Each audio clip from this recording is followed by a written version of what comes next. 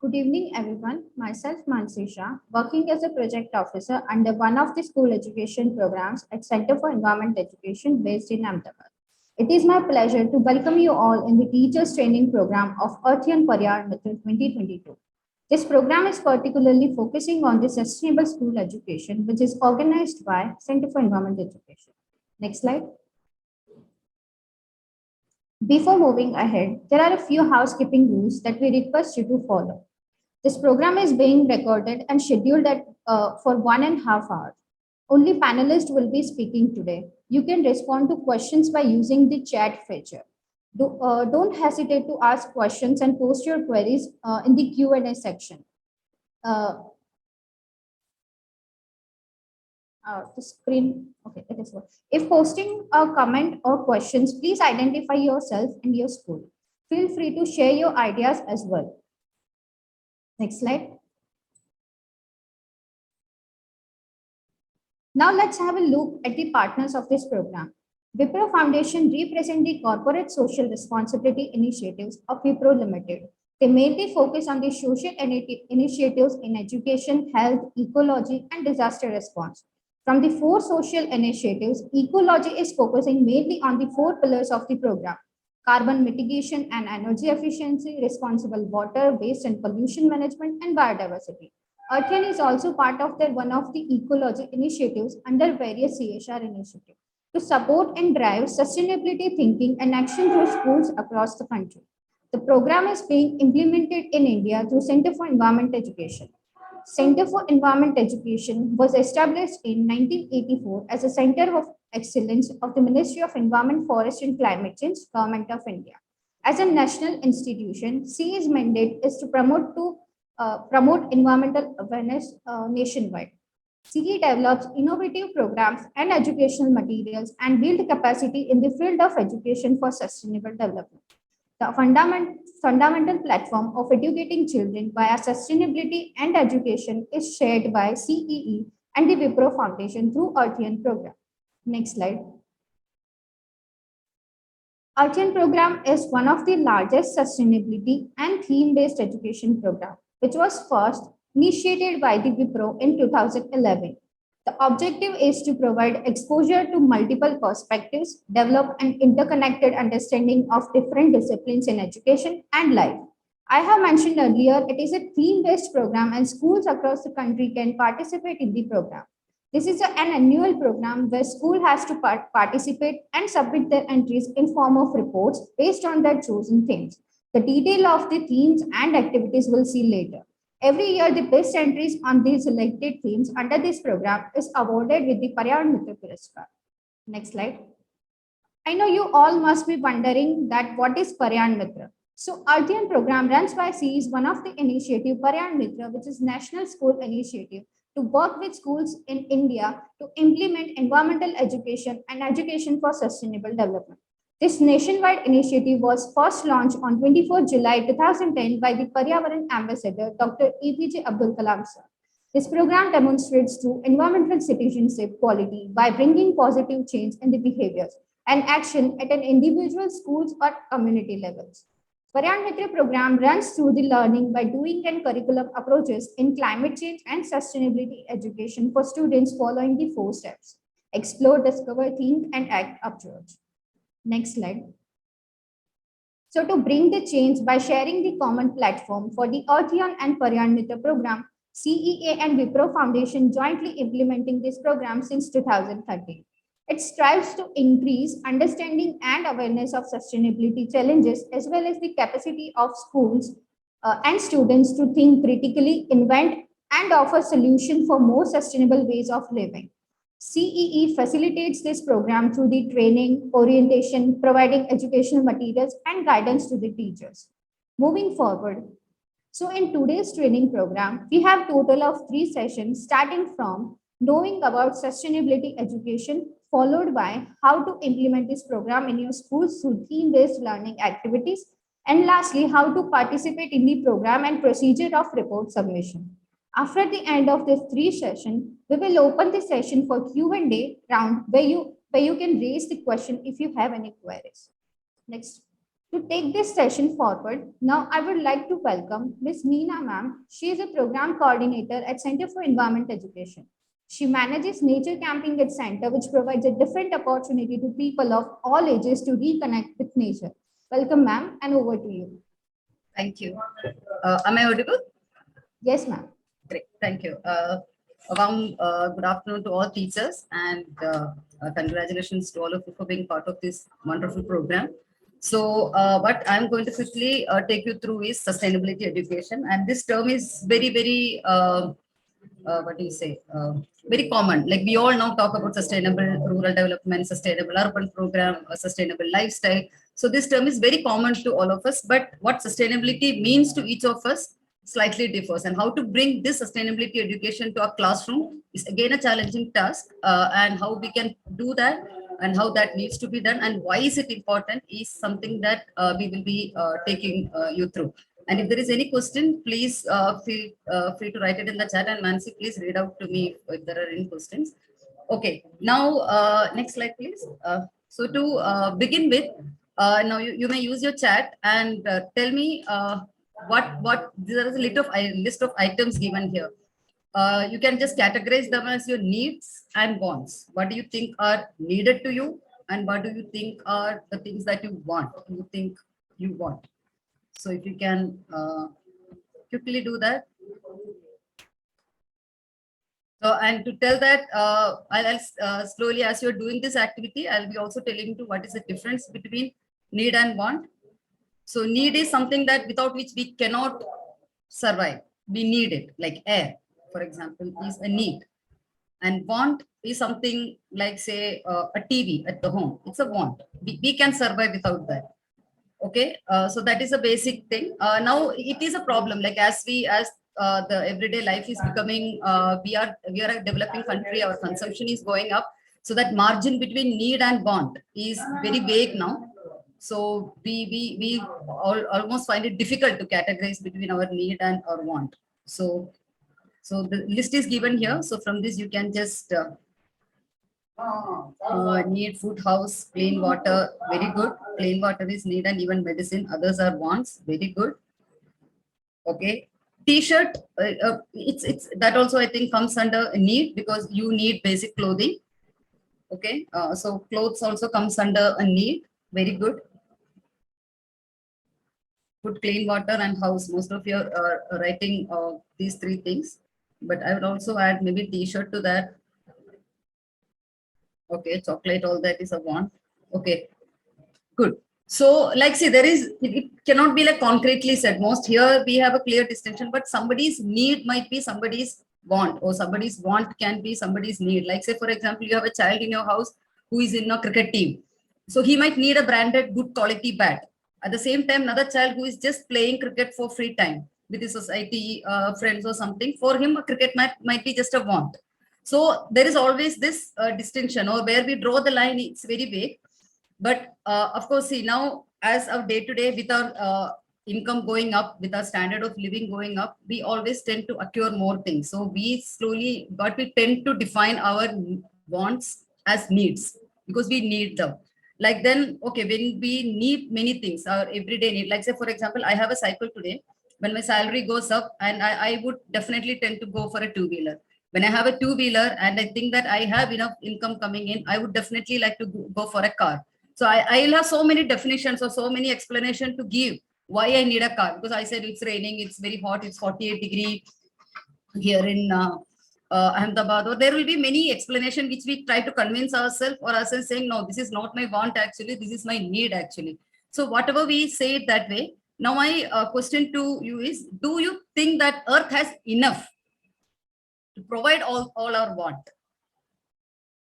Need, of course, we have no choice. We need to take from the earth, and it is said that earth has enough for everybody's needs and not for everyone's greed. That is what even Mahatma Gandhi said once. So my next question will be, do you think earth has enough to give us? Now, or if I put the other way, like I'll come to, does earth has enough? Please, next slide, please.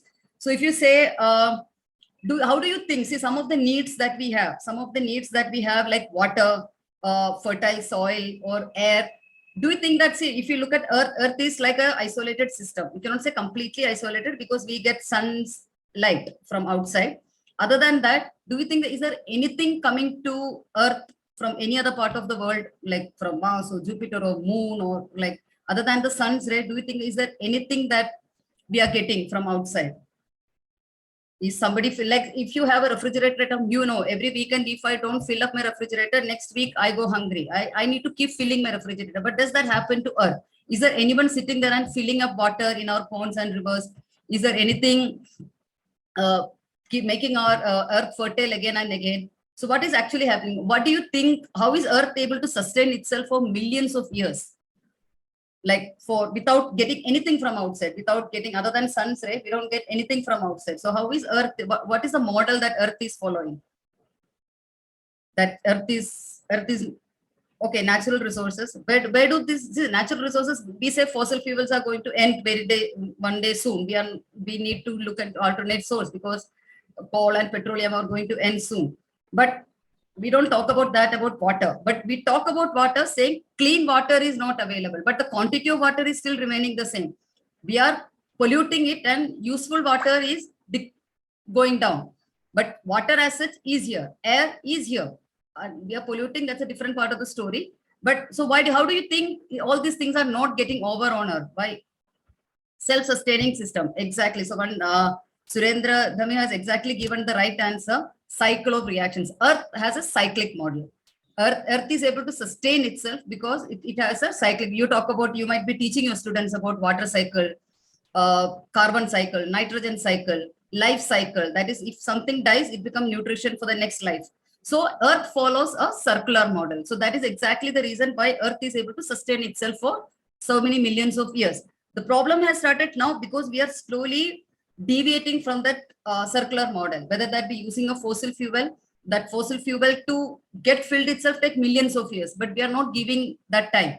Or plastic is another example of how we are deviating from the circular model, because it will take circular model. What happens in my lifespan itself, I can see water cycle n number of times. I can see nitrogen cycle n number of times, but I cannot see a plastic cycle. It will take at least 10, 15, 20 generations of my family. By then, a plastic bottle would have been completely biodegraded or something. So that is the problem. So whenever we are deviating from this cyclic model, now most of the companies are spending millions of dollars to circular economy. You might have heard the term circular economy. So how to bring circularity into their production and their whole manufacturing and using system. So that is what he's saying. So now the thing is, Earth has enough. But now the question is, now that is for the need. So that part we have seen, water, air, whatever our basic needs are, Earth has a very good mechanism to keep filling it again. We just have to take care that we don't pollute it or we not waste it. But what about when it comes to our want? So every individual has a desire, aspiration to have more comfort in life, more luxury in life. So do you think that Earth is able to meet up that need? So that is the next question. So from need part, okay, now we come to the want part of it. How are we going to look at it? Now, ecological footprint. Can anyone just write me what does it mean? Have you heard the term? Just yes or no, so that I know how deep I have to go. Have you heard the term ecological footprint? Term like water footprint or carbon footprint are very, very familiar to us. We talk about it even in our classrooms to students. So in carbon footprint, we talk about how much carbon I give out because of my lifestyle. Say, for example, I have a cycle, my colleague has a two-wheeler, another colleague has a car, and another colleague comes in a public bus. So our carbon footprint will be different. One has an AC, one has a fan. So carbon footprint will be different. Similarly, water footprint. How much water I consume is my water. How much we take from the resource from the earth is our footprint. Now, ecological footprint talks about how much land I need to support the life I need. Suppose, like, say, for example, I eat, say, 5 rotis a day. That roti has to be grown somewhere on land. It might not be in here. I'm talking to you from Ahmedabad. So it might not be grown here. It might be in Punjab. I might be having rice. My rice must be coming from Tamil Nadu. So, but somewhere a portion of land is for me. Somewhere a portion of land is there where in the landfill here in Pirana, a portion of the land is for me. My waste goes there. So from earth, you need a specific area to meet our needs, the water that I take, or the food that I grow, like that I eat is grown somewhere. So ecological footprint talks about how much land I need to sustain myself. So if your consumption is more, if you are taking like too many resources, the amount of land that you need will also be more. So having said that, if you have to look how much space do Earth have, like say for example, I'm going to use so many global hectares of land for me. So if you see, there is one term which I'll introduce you to now, which is called the biocapacity. So in Earth has a biocapacity, like say, for example, just consider the whole surface area of Earth.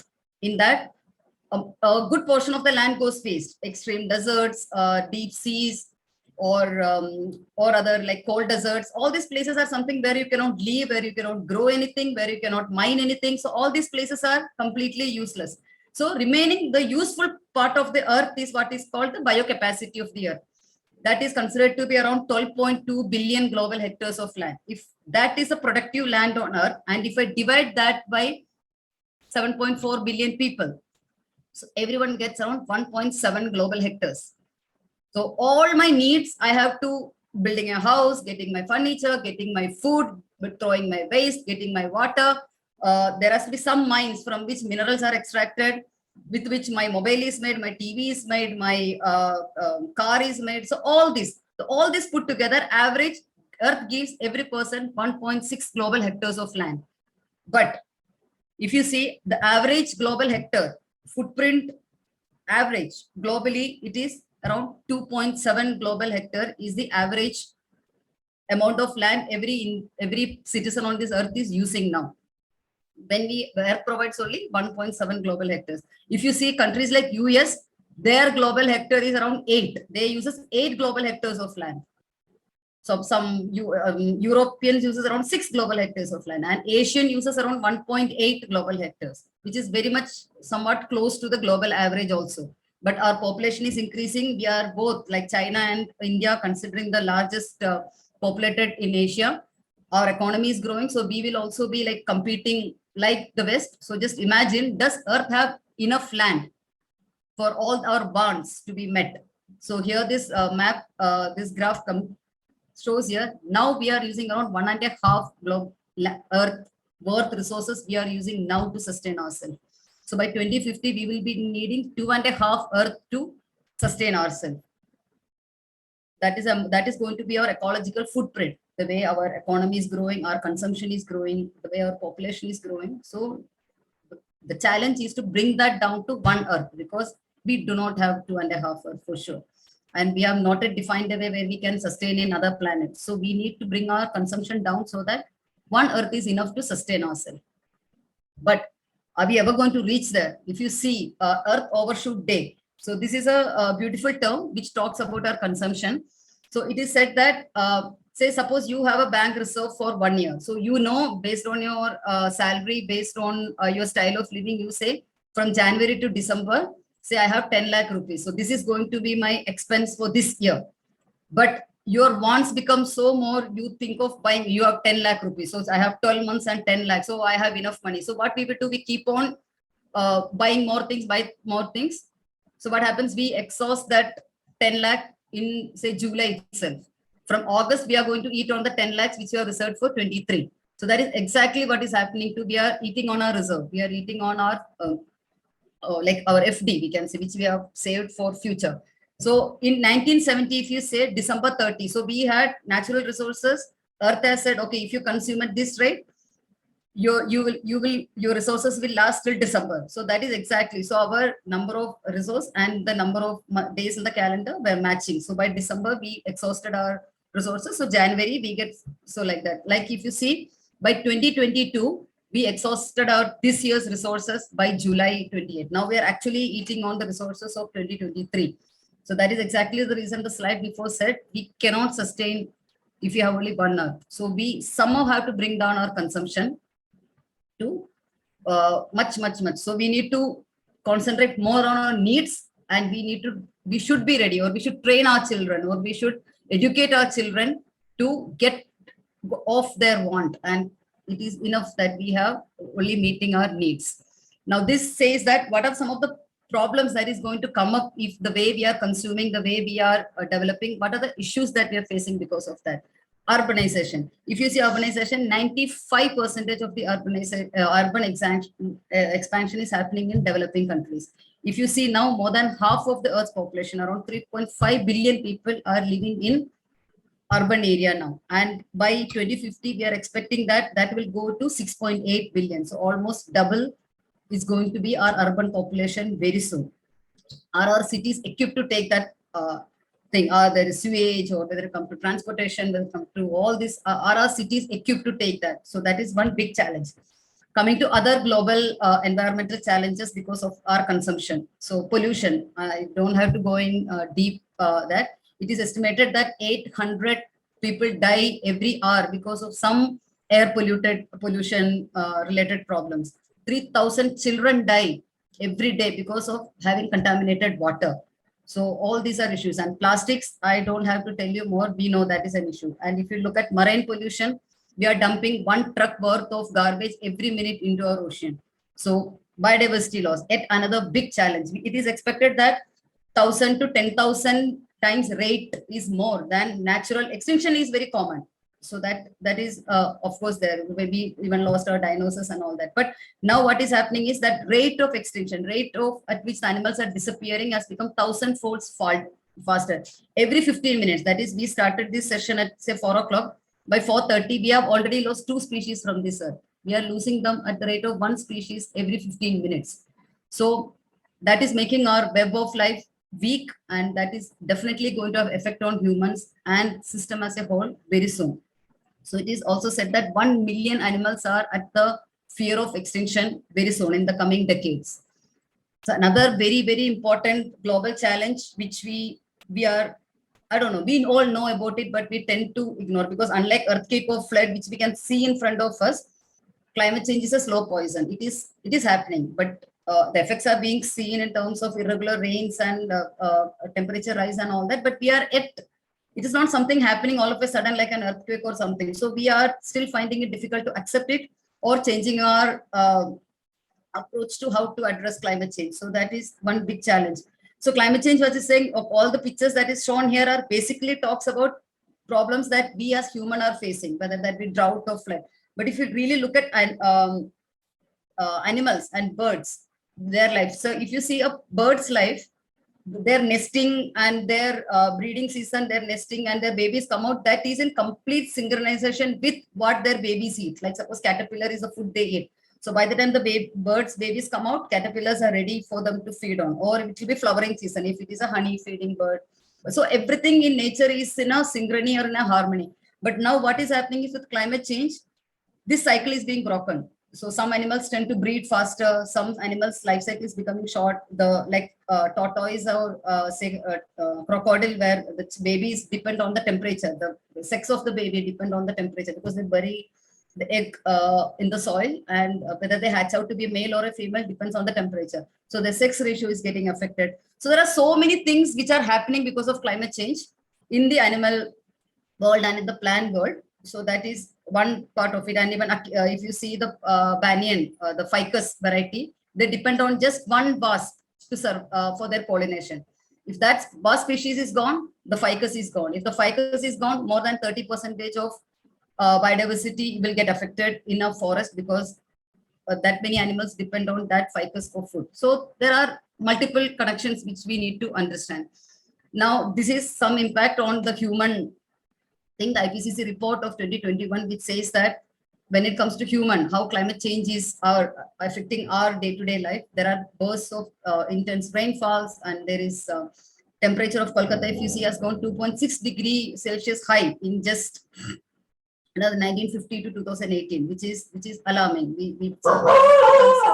Then more intense rainfalls are happening.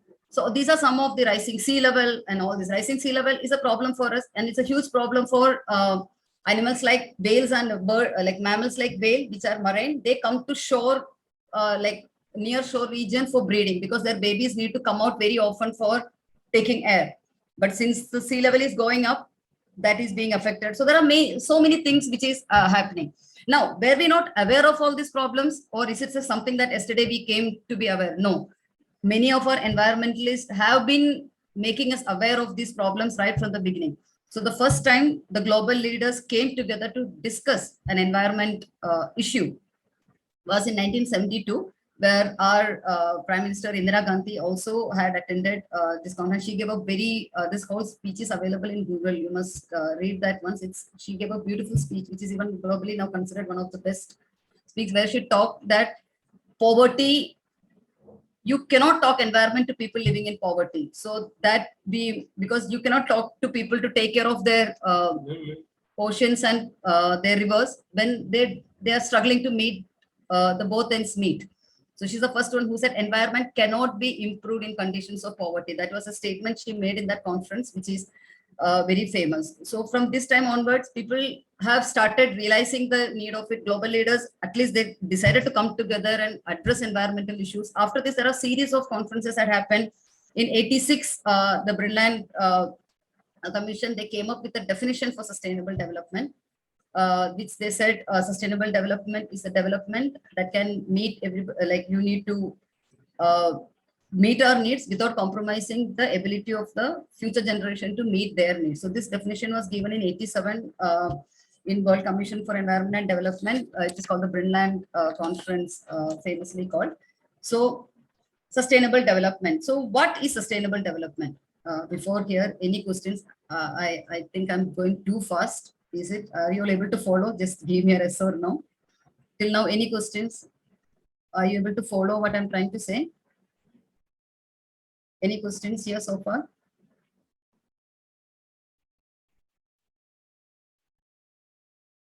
Okay. What do you call a sustainable development? When you call a development is sustainable. So to give a very, very easy way of looking at it is, you need to remember 3 P. People, planet, profit. So that is, people is the social pillar, you can see here.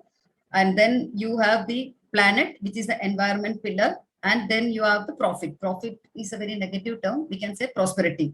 So that is an economic pillar. So any development is called a sustainable when it is looking into all these 3 pillars: people, planet, and prosperity. So that is what you call, like say, for example, I like eating chocolates. So the question is where it is sourced, like where these chocolates are sourced, maybe some forest in Africa. So is there deforestation done for cocoa plantation to come up? So if that is happening, that means planet pillar is weak. If other people, it is said that around 4.9 million people of that 70% of women are still in modern slavery. So they are not paid wages at all for the work they do. Most of it that happens in this type of banana plantations, cocoa plantations, palm oil plantations, all these things are still there. Slavery is still happening. So that means your social pillar is weak. So if there is deforestation that has happened, then your environmental pillar is weak. So whenever we consume, like say, for example, one t-shirt that I wear, cotton t-shirt is around 2,500 liters of water. 10 gram of chocolate is worth 1,700 liters of water. So all these, that is the amount of water it takes to produce that thing. So whenever I'm saying something is sustainable, which means that the 3 pillars are strong. We need to show that there are no people, every people working in that production and the entire chain of it are paid their wages properly. So you mean can say the social pillar is strong. Their safety is taken into consideration. They are paid their wages and all those. The social pillar is strong. Environment pillar is strong because no animals are threatened because of the product that has come to you. No there is no deforestation happen. And with all these things, you are also getting a profit. So then it is a sustainable development. Now, how can that be achieved? So who's going to look whether the 3 pillars are strong? So is there a guideline for that? How can we reach towards that type of a development? So for that, UN has defined 17 goals. These goals have come up in 2015. So these goals are called the Sustainable Development Goals. Before this were the Millennium Development Goals, or the MDGs, which were from 2000 to 2015. And that around, there were less number of goals there. They were successful, but those goals where they were saying they were only targeting the developing countries. Developed countries had nothing to do. They were mostly focusing on fighting AIDS, gender equality, primary education, and all those things, which were mostly the problems of developing country. But if you see this SDGs, this is took 3 years, from 2013, 14, 15, 3 years. academicians, teachers, students, workers, housewives, professionals, or everyone were consulted. There were online surveys done, and everyone's opinion were taken. And in 3 years' time, they have come up with the 17 goals, which comes up with a 169 targets. Every goal has a set of targets. So these goals have come up. We are supposed to achieve this by 2030. Every country gives an annual report on how they are standing in terms of SDGs. And ma'am, just one slide back. If you see, these are the sustainable development goals. I'll just give 2 examples why they are not just developmental goals. Like ending poverty or education for all, it looks like more at developmental goals. But how are they sustainable development goals? If you look at here, SDG 7, it is affordable and clean energy. So it is not just talking about giving energy to all. It is talking about giving affordable and clean energy. So when clean, environment pillar is taken care, affordable, social and economic pillar is taken care of. So similarly, if you see any of the goals here, it is not talking about just job for all. It is talking about decent job for all, quality education. So if you see all these SDGs one level deep, it is not just these are not developmental goals. These are devised looking into all the 3 pillars. So next slide, ma'am.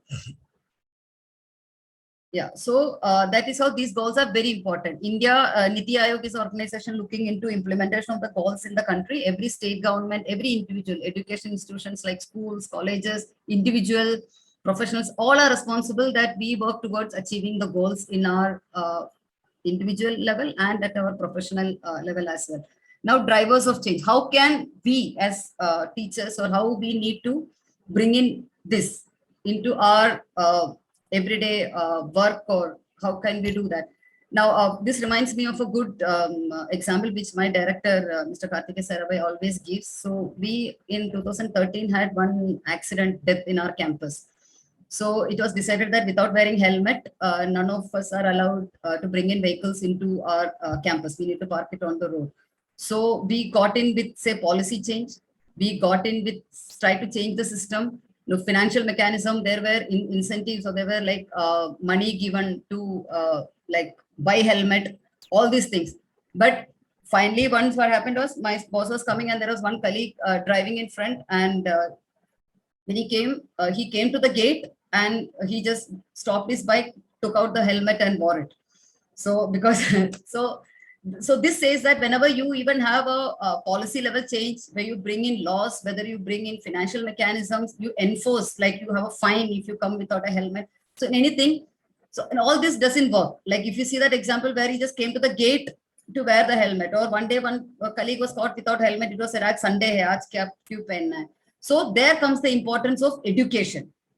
So this whole thing, whatever mechanism we try to bring in to enforce a change, but it all can be supported. Without education, without proper communication, without proper education, it will not be implemented. So that is the importance of education. Suppose if you need to talk about plastic, we just enforce law, whatever it happens. But when a child is said, because of that plastic straw or a plastic bag you are throwing, some turtle is dying, how birds are dying because of that, how birds are picking up that and feeding their babies thinking it is food. So that education or that knowledge can bring a behavioral change rather than just enforcing laws or rules. Now, Indian Constitution itself says that taking care of environment, it shall be the duty of every Indian citizen to protect its ecosystems, like whether that be river, lake, wildlife, everything. So our Constitution says that it is our responsibility to take care of it is every citizen's duty to do that. Now, what happened was in 1991, MC Mehta challenged government saying, how can you expect people to take care of something about which they do not have knowledge? So that case, MC Mehta won, and from that Supreme Court gave the order that environment education is made compulsory at every school and college level in India. But when government felt that it was not being implemented properly, 2003, it was again, the Supreme Court directed it again that every education institution has to comply with the same, that environment education should be made mandatory at every school and college level. So India is the only country, I think, which has this. Now, coming to, you all might be familiar with the concept of handprint. We talked briefly about footprint now. We talked about ecological footprint, carbon footprint, water footprint. So that talks about what we are taking away, resources we are taking from the earth. So handprint is just the opposite. Handprint talks about what I'm giving, what action I am doing to do a positive impact on the environment and its resources. So this idea actually came from a 10-year-old girl during one of our program in 2005 in one of the schools in Hyderabad, where she said, why everybody is talking so negative about things being dying, being killed, poaching, biodiversity loss, pollution. Why can't we talk about things that we can do to make a change, make a positive change? So from this whole idea of that child came the concept of handprint, which was launched in 2007 at the UNESCO conference. Now it is a global network. We have many institutions across the world which has imbibed this concept, and they try and see as an institution or as an individual what they can do to make a positive difference. Even this Earthian-Paryavaran Mitra program, where we are going to be working on it soon, you will see a lot of actions, what actions child can do to make a positive impact. So handprint action is one of the main component of the program that you all are enrolled for also. Now coming to our education system. So our education system also emphasizes lot on now, especially the one, the new education policy that has come up in 2020 talks, they are mostly, it is in align with the sustainable development goals. And it talks about inclusive quality, like SDG 4, which talks about quality education for lifelong. So that is one of the same thing that is being reflected in our NEP 2020. So, so most of it is in line with the SDGs. Our new policy, if you see, it is in line with sustainable development and how to make a child a global well-being, thereby reflecting a true global citizen. So that is, you as teachers will know that better than me. So integrating sustainability education. So this is this concept here, this 4-quadrant thing that you see here. This is derived from the UNESCO, where what are the competencies the child should have. When you say sustainably, the child, we are trying to bring in sustainability education. So what are the skills that the child should develop, and what are the competencies that the child will develop? So this is also used in our Paryavaran Mitra programs. So this is, but UN also says, so social, like if I take a simple example of plastic again, so the child will have the knowledge about it, then socio-emotional skills. So through this, the child knows, when he knows a turtle is dying or a bird is dying, his socio-emotional skills is something that the sustainability education brings onto the table for a child. And the child is able to self-reflect on self-reflection. So the child is able to relate, how am I part of this problem? How am I playing a role in this? So that self-reflection, the child is able to learn values, attitudes, and motivations. So, and finally, the action. So having understood and learned all this, the child is ready to come up with a behavior change or an action for himself, and he's able to influence the people around him. So action skills. So this way, the competencies child developed through this program in a sustainability education, all the skills and competencies the child develops. Now, how we are bringing that into the Earthian-Paryavaran Mitra program.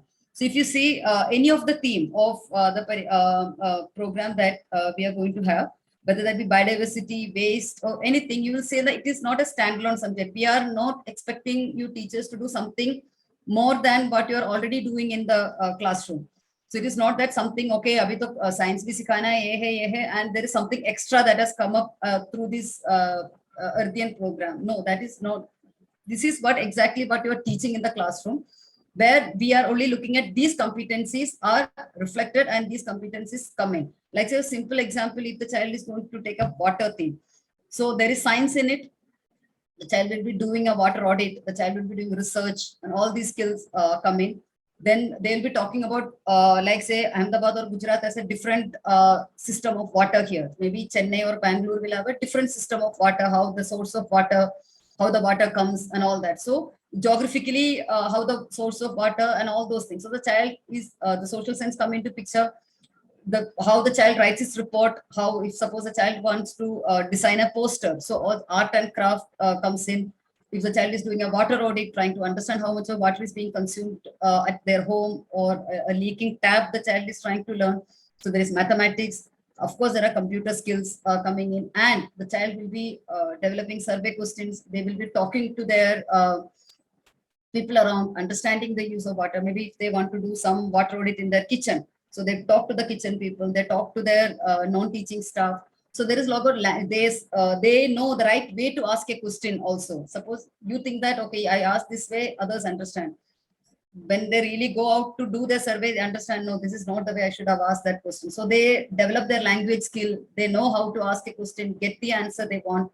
So if you see a single theme of water or say waste or anything, every subject comes into play. So it helps into an overall development and all the skills being looked into through any theme or any subject the child is choosing. So that is how Paryavaran Mitra is going to benefit the students at the end. So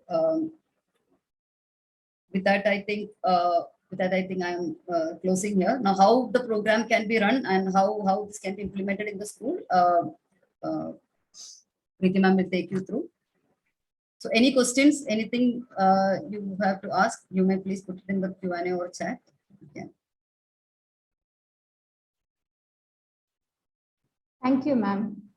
If you have any questions, you can put it in the chat box or Q&A section.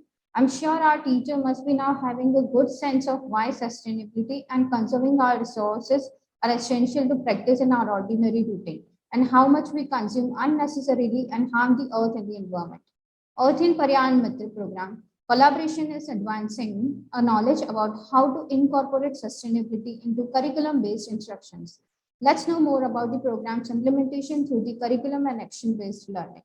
To take this session, I would like to welcome Ms. Preeti Rawat ma'am. Ma'am is a Senior Program Director at Center for Environment Education, leading the school programs at the center involving various formal and non-formal initiatives in the field of environmental education and sustainable development for the schools. With over 23 years of experience, her current interest includes the role of positive actions in education in achieving sustainable development goals. Welcome, ma'am, and over to you. Thank you, Mansi, and thank you, Meena, for setting the tone for my session, and you have made my job very easy. So good evening to all the teachers who have joined today for this workshop and very important program, Earthian-Paryavaran Mitra. So I'll be taking you through how implementation of the program is planned this year, and we'll just give you brief on how each activity is planned. And if you have any questions, we will be taking it in question answer session, and you can also put it in chat or Q&A section. So many of you must have been participating in this program, and there are new teachers as well. So there are 3 themes under this Earthian-Paryavaran Mitra program, which are annually announced, and we work with schools, and each school take up theme or themes and then work around that. So we have got a good background on what are the sustainable development goals and how each goal is connected to our teaching. So look, going with what we are saying under this program, there are 3 themes which are connected to different SDG goals, and also overarching goal is your goal 4 and goal 13, which is on quality education and climate action. So we are looking at water, which is goal 6, waste, where we are looking at responsible consumption and production, and biodiversity is life on land. So here, life on water is also one of the goal, which like in some places, there might be school who want to study also life underwater, but most of the activities which are suggested here, we are focusing on life on land. So that's why we have selected goal 15 here. So I'll go into little details on how the program is structured and how you could understand the implementation of the program. So each theme has a structure where there is part A and part B. So part A has 2 sections, which is a set of compulsory activities, and then part A ka second part has elective activities, and then part B is compulsory again. So for each section there is a score. So compulsory activities has a score 40 for biodiversity and water theme, and in waste management theme it's 50. So overall 100 is the scoring, and for each section there is a score given once the activities are completed and report is submitted. So going into theme, Meena has already talked about what is the situation of water, biodiversity, and the waste theme. I am just giving you an overview of some data and facts which are also covered when you go through our resource material, which you can download from our website, which I'll be talking later in this section. But here are some of the concerns which our country is facing, that there is high water stress situation. So big number of people are actually facing high to extreme stress. You must be reading a lot of news about it, even social media posts that water is one of the very important concern right now in India. So understanding that water from the sustainability angle, which we have just looked into, like why we need to consider different dimensions when we are talking about water. It's not only environment, but also people, and also looking at from the prosperity or economic point of view. So just this is just an open understanding of the theme. Then when you take up the theme, there are certain resources given to you which will guide you to take up these activities. So there is one booklet which will act as a guidelines to teacher as well as the team they work with. The students can also refer to this book, and then there is a game and worksheet also available with this on this theme. I mentioned that part A has compulsory set of compulsory activities. Each theme has 5 compulsory activities. For water, there are these 5 compulsory activities which students need to take up, which is like they need to conduct a minimum 3 interviews. So there are suggestions given who could be these 3 people from different professions. Then conduct a water audit of school campus. Look at where are the water source, what is the usage happening, and where the disposal happening. And where once the water audit is done, we know what is the water demand of our school campus. Then they can look at what is the total rainfall which can be harvested through the school campus, and then compare it with the water demand which they have just calculated. And based on these 3 activities, students are guided to look into what are the different water conservation and management models which could be created in school, which can actually I give ideas on conservation measures which can be taken at individual level or at the campus level. And then there are few case examples or case studies given to just review different situation of success and failure to look at how we could find solution in our own local area. Then second part of part A is like there are elective activities. So 4 activities are suggested, in which only 2 activities needs to be done. So here 4 activities are looking at what is the water quality we are getting at school campus. Then there is a visit to agriculture farm and how crops are grown. Meena mentioned that for ecological footprint, like whatever we eat, there is a water footprint required and for to grow that food. So understanding our dietary habits and how well balanced and adopting a well balanced diet can help us to go for less water intensive meal, and also looking at comparing 2 school campuses or 2 houses in terms of water usage. And then there is a game to understand what kind of steps we should take to conserve water.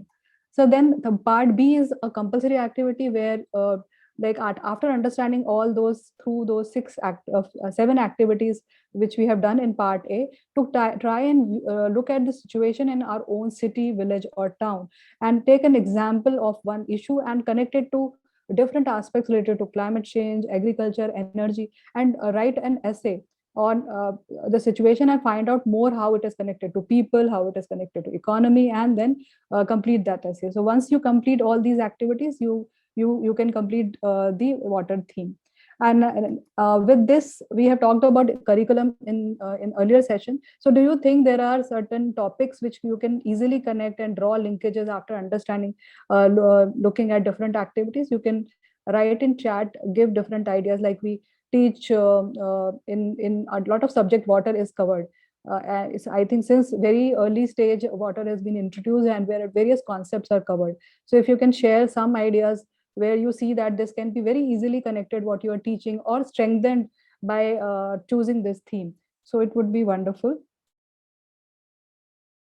You can write in the chat. Yes, very, very important that there's a class 5th, there is a chapter on community services and water harvesting.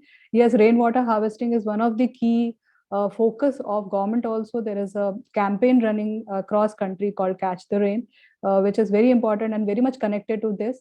I think there are a lot of activities done at school level where water and sanitation is promoted, and yes, composting also. So rainwater harvesting is something which you can campuses are also taking and can help even children study about it and also apply in their own houses. There are also water distribution and how water is used can be talked about. Even Meena talked about cyclic manner. So water cycle is something very important which we teach in our different subjects in science specifically, and also looking at distribution of water in our geography subject. So collection, details of usage of water, then how to save water. So all these things can be easily, like we can draw linkages while we are helping children to take up these activities. So these are not something separate. What we are trying to suggest here, like you can very well plan some certain lessons, certain even project-based learning ideas with the Earthian program. Now going to second theme, sustainability and waste. So sustainability we have understood, and the kind of waste is being generated. So we know very much that wherever we go, we find waste everywhere. There is a lot of waste collected on streets, in fields, forests, rivers, wherever we go. So what is happening? The amount of consumption, so need and want, again the need want and discussion comes. So we are taking much more what Earth is capable to even replacing. So that is why this problem is happening, that the kind of waste we are generating is not something which is in cyclic manner. What we are generating is like a linear cycle. That's why the problem is happening. You could see this data, which is like again numbers, but it gives a fair idea that the amount of waste we are generating, how much is collected, and what is the amount which is not collected. From the collected one, there is only a very small portion which gets in the treatment, where recycling happened, and then there are a lot of a big number goes in the landfill, and which is not collected.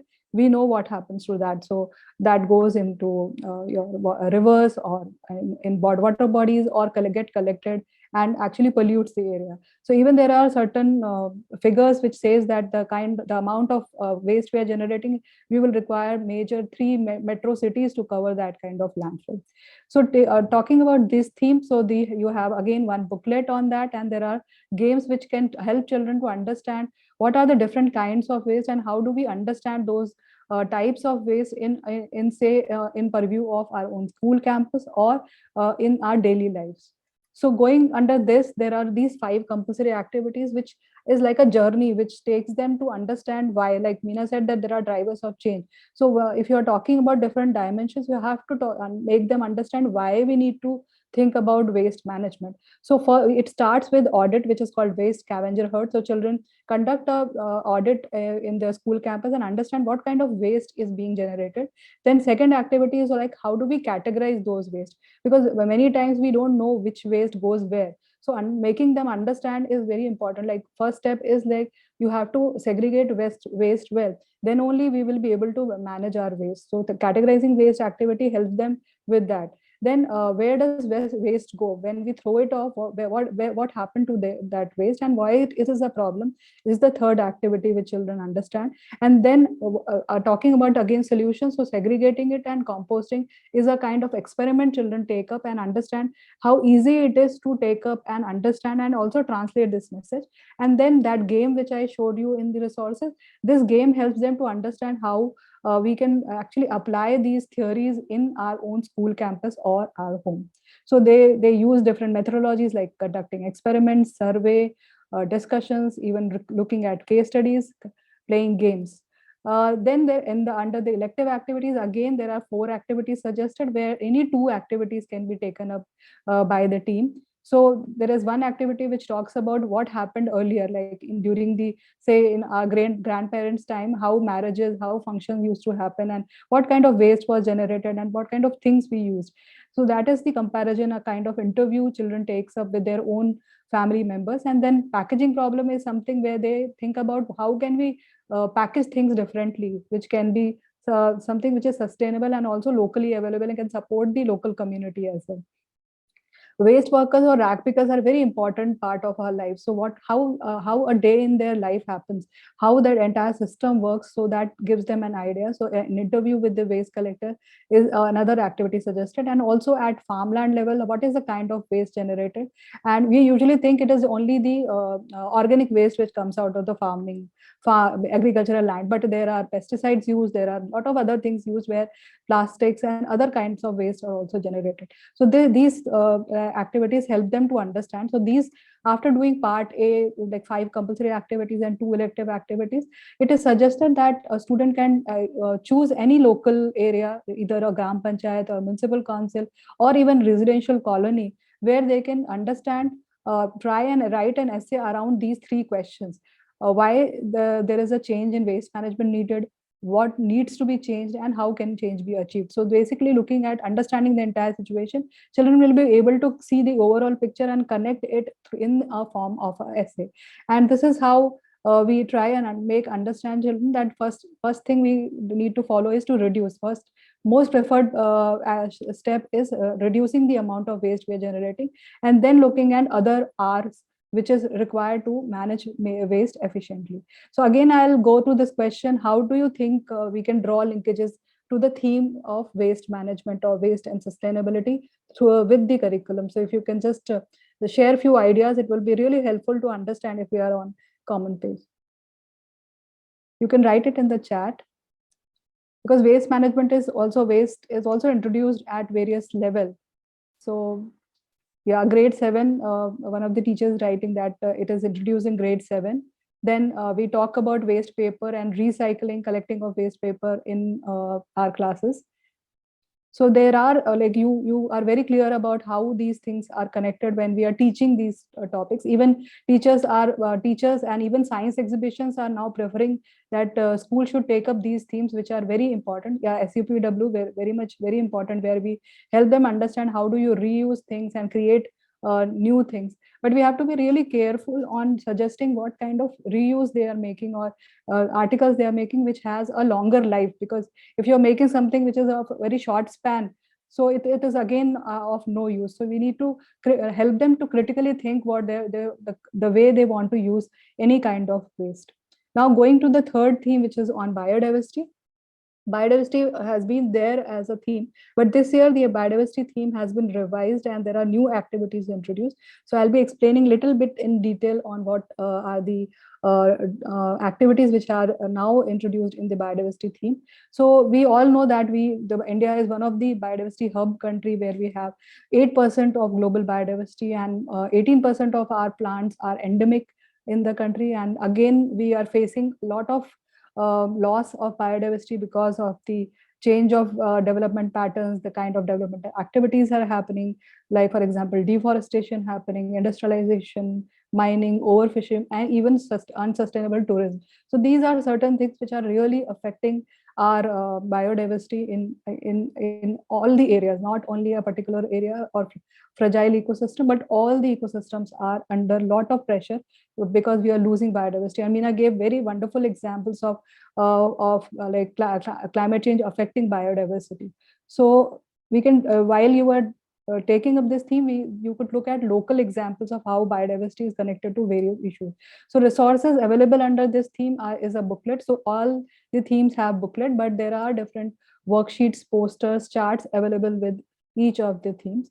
So going under this theme, 5 compulsory activities are like, first set of activity to look into how do you map biodiversity in your own school campus. So it's like biodiversity investigation, which is about like a vegetation survey as well as animal survey. So whether you have a green campus or not, you could look into in even other areas, like you can take up a nearby area where you can do the mapping of biodiversity, or even you don't have a very big green space, then also you can take up a vegetation survey and animal survey and find out what kind of biodiversity still exists if there is not much of the green space in our campus. Second activity looks into what are the a comparison between microhabitats, like a quadrant is made in different microhabitats, and children get to compare what is present as a biodiversity in those habitats. Second activity looks into bird diversity, what kind of bird diversity a campus gets, like in an area where which is very like peaceful, and where a place where which is little disturbed. So that kind of comparison students take up. Third activity is a game where you could choose any one game, either take up an outdoor game or an indoor game based on the time available and interest of the students. So you could take up any one of the game and play that game with children, which will help them to understand how things impact the biodiversity of different. So there are a few examples given here, like for example, bird migration, and a story of fig, which talks about how seed is moved in the system, and which is very critical in terms of survival of many species. Then the fourth activity is on like conducting stakeholder interviews to understand how biodiversity is connected to food, to livelihood, and to climate. So then that is the fourth activity. And the fifth activity looks into reviewing.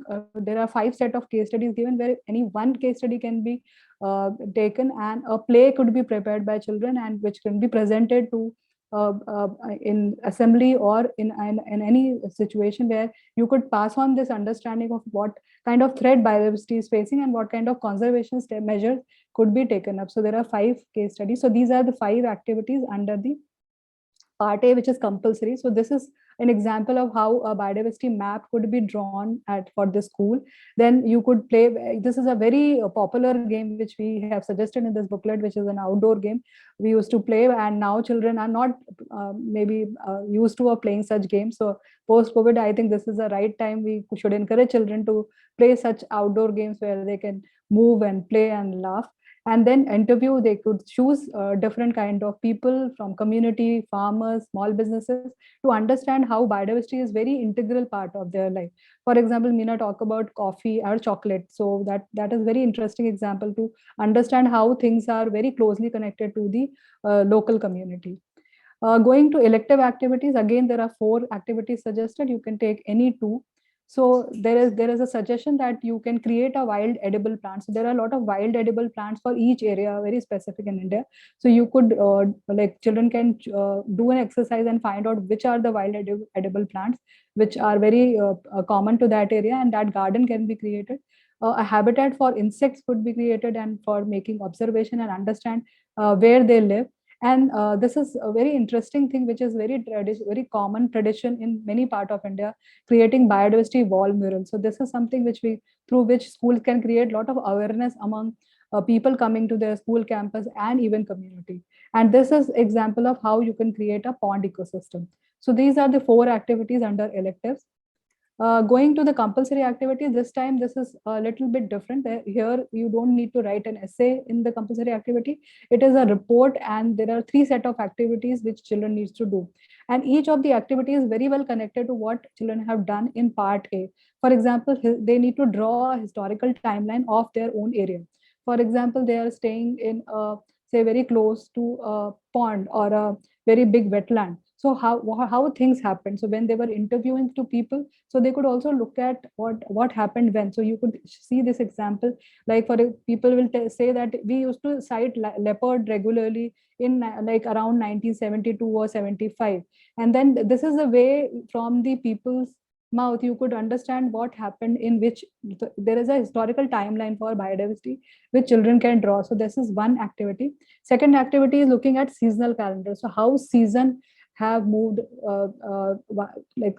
that will again come from the part A, lot of things, and some part would be researched by children, or looking at how seasonal calendar is working in their own area in different seasons. So it's basically whether it is summer or spring or autumn. So this is another study which children will do. And the third activity, all 3 activities are compulsory, and they need to report this in a format of a report, which is not an essay, and they how the activities were done and what are the observation made.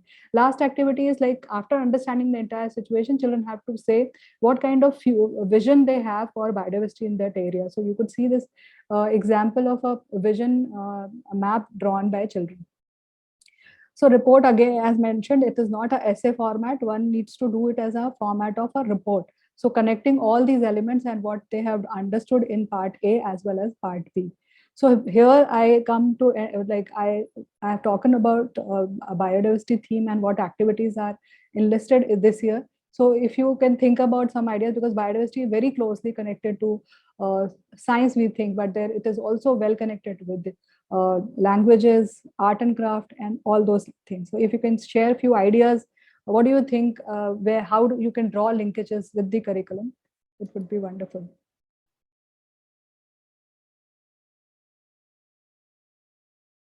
Yeah, in grade 12, Sakshi ma'am was saying that it is there is a chapter, I think, on biodiversity, where we talk about different kinds of biodiversity.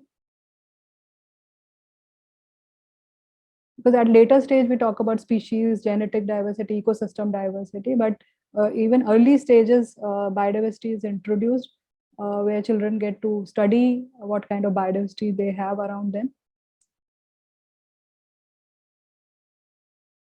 Yeah, loss of biodiversity. Class 6, our environment, it covers, talks about in biodiversity and even variety of plants. Even the exercise we usually give to children about collecting leaves and understanding what kind of varieties they have. Yeah, looking at national parks, integrated with art, very, very, very important. Thank you so much, because this gives an idea that this is very much in sync what we are covering in curriculum and what we are talking in the Earthian and Paryavaran program. So with this, I'll give it over to Mansi again. And if you have any questions, we will come back to you again once we have talked about the session 3, which is on participation or in the program. Thank you, ma'am.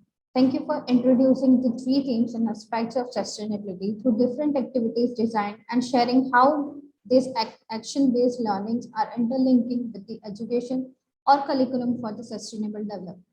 Moving ahead, the last session is about how to participate in the Earthian program. So we have a few steps that you're supposed to follow. Next slide. So starting from the first step, which is about attending the training program and downloading the educational resources for your better understanding and easy implementation of the program. To download that, first you have to type www.paryavaranmitra.in in the search tab. The page of Paryavaran Mitra will look same as it is shown in the left picture. On the home page, as the yellow arrow is showing, you will be able to see a box at the right corner from where you have to choose to register. So according to the language preferences, you have to tap on the either English or Hindi.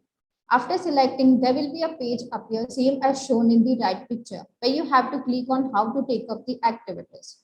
Under this tab, the theme-based different resources material as well as the key modules are available for teachers to take up these activities. Next slide. So this was all about the step 1. The link of the Paryavaran Mitra program page will be provided in the chat box shortly. So now moving to step 2, which is making of the team of students in your schools to take up the activities planned under the selected themes. For that, teacher has to select the students in 3 to 5 numbers from the classes 6 to 12. Selected students will have one in-charge teacher. The in-charge teacher has to use resource materials, give orientation on the selected themes, and to selected teams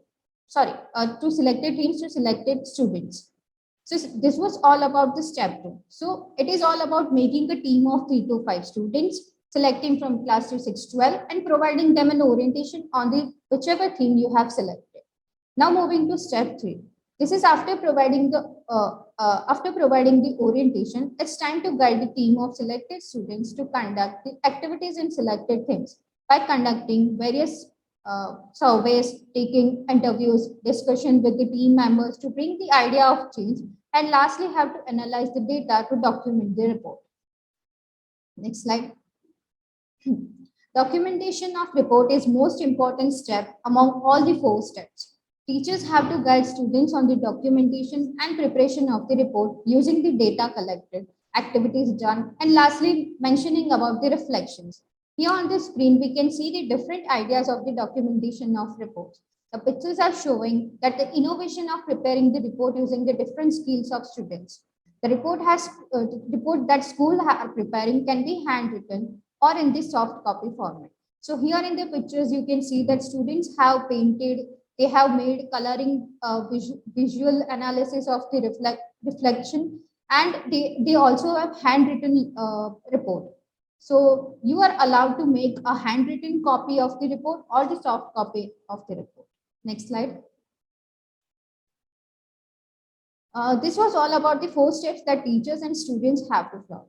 Now, what will be the role of the teacher while implementing these activities in schools? Teachers have to provide the guidance to students and connect the activities with the curriculum. Teachers need to facilitate the discussion and group reflection with students to bring out the new ideas for the implementation of activities. Teachers also have to make children comfortable while implementation so that they can easily express their views and ask more questions that can help in promoting participatory learning. The more engagement with the student will eventually lead to passing the sustainability messages to friend, family, and to the communities. The role of the teacher will eventually end up from sensitizing our children to reaching out to community. Next slide. Teachers and students can adapt various different types of report documentation which are visible on the screen. By this way, the documentation can be more creative, fun learning, and more engaging with the students. Students can use their presentation skills in documentation. Other than that, they can write poems, haikus. They can also illustrate it using the paintings or making cartoons. They can also take photographs or photograph snaps to paste it in the report and can use any creative method to document the report. So this was all about the part A of the participation procedure and documentation of report. Let's move to part B of the session. Next slide. Okay. Part B is about documentation of essay in the theme of waste and water. For the theme of biodiversity, Preeti ma'am has already covered the methodology that has been changed.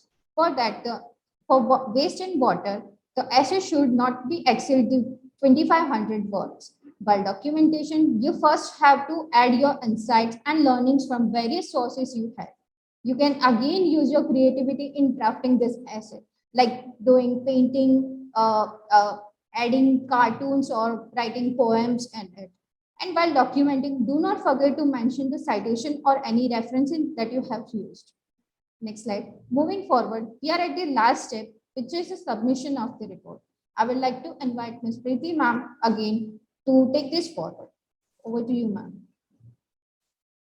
Thank you, Mansi. So once we have done the activities, very important and critical step is like, how do we prepare a report on what kind of activities children have done? So there are few key points which one should remember while preparing report or while guiding students to prepare report. So very important step, like for each activity, there is a data being collected, there are interviews being taken by students. So it's very important to take records. So record is very important step in making the report. So collect the data, keep that data, make a work, like fill up the worksheets, and those worksheets can be evidence in your report. Then also during interview, what questions were asked, what responses were given, who with like there are also guidelines given in each activity, so that needs to be recorded. Second is like it is very important when you are writing your report, you can narrate the process, how you have taken up that activities, like how students move ahead, how they planned interview, whom they contacted, what kind of observations they made, have they selected any specific area to make their observations, or any interesting story if you want to bring in that report. Then in each activity there are like if I explain to you, there the activity has objectives, then there is a methodology, then there is a briefing on how what needs to be considered while doing the activity, and then it ends with the reflection question. So the discussion around reflection question will give you a lot of ideas on what you should bring in the report and how those could be written, like well written and communicated in the report while you are talking about discussing the results or even the process of taking up the activity. It is very important that you connect to the local situation, your own local scenario. So from wherever you are, you should try and see that these all activities are connected to the local context, and then the report has to be a very original work. So try and not to encourage children to go and download something and use those. Try and encourage them to do their own creative writing, their own creative sketching, drawing, so that it brings out innovation in them, and they can think new ways of presenting their thoughts. So these are few ideas which needs to be considered while you are guiding students to prepare their report. So as there is no specific format, but while you're preparing report, we are suggesting you few points which can be helpful in while you are putting together your report at the end. So it's very good to have a cover page, so which can have a catchy, meaningful or short title. So it can be from your own, like it's not necessary you write that this is the Earthian-Paryavaran Mitra report. You can think about, children can think about, brainstorm about having a catchy title on which you want to focus. You have focused the entire work of your project.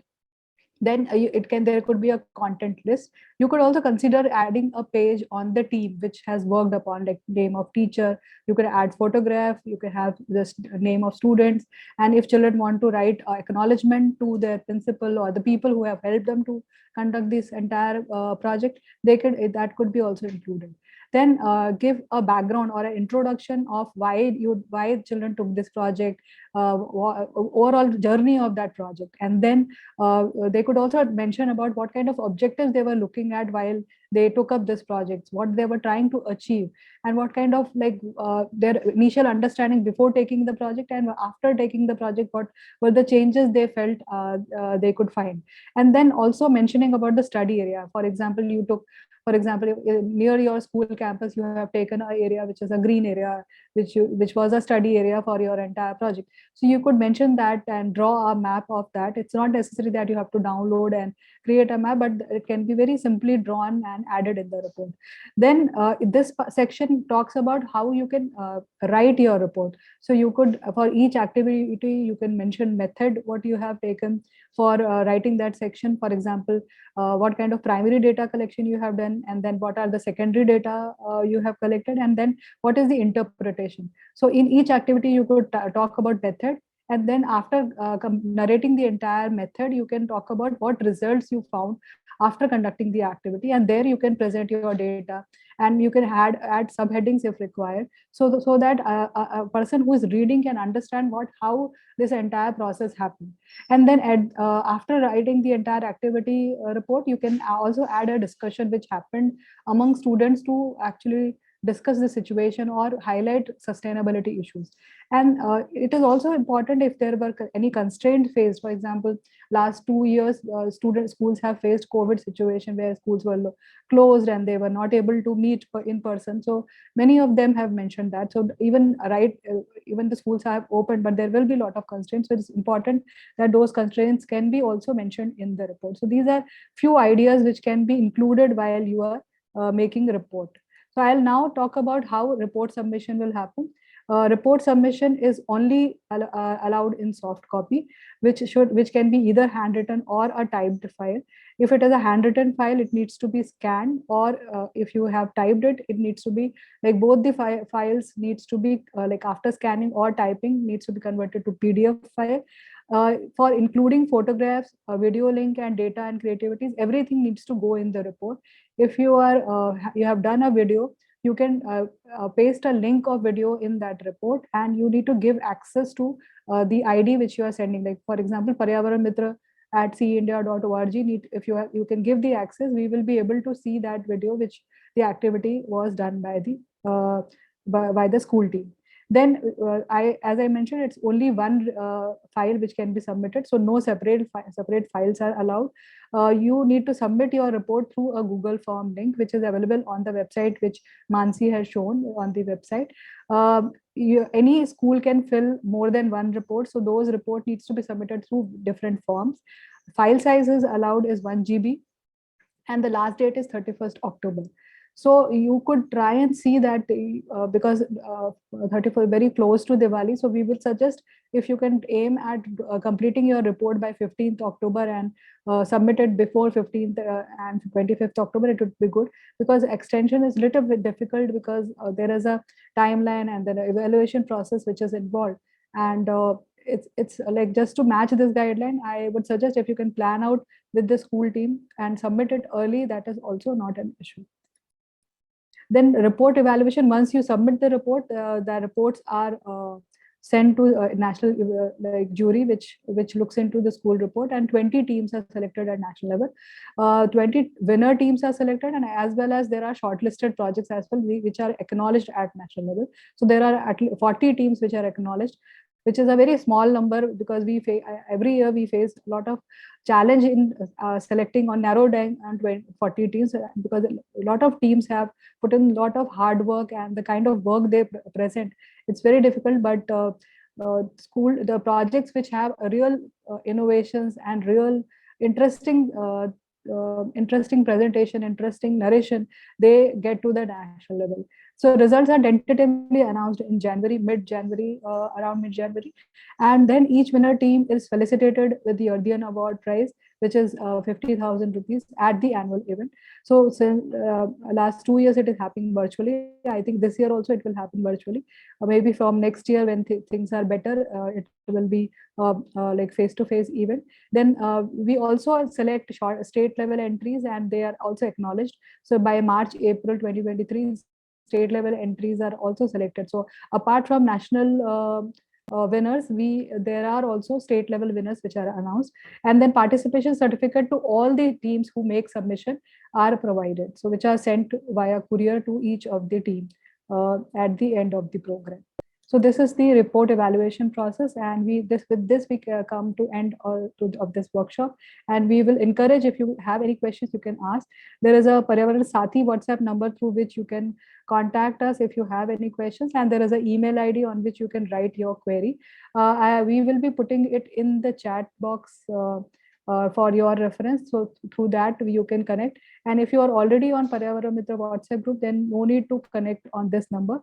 So thank you so much, and thank you, Meena and Mansi, for conducting this today's workshop. Thank you. Thank you all.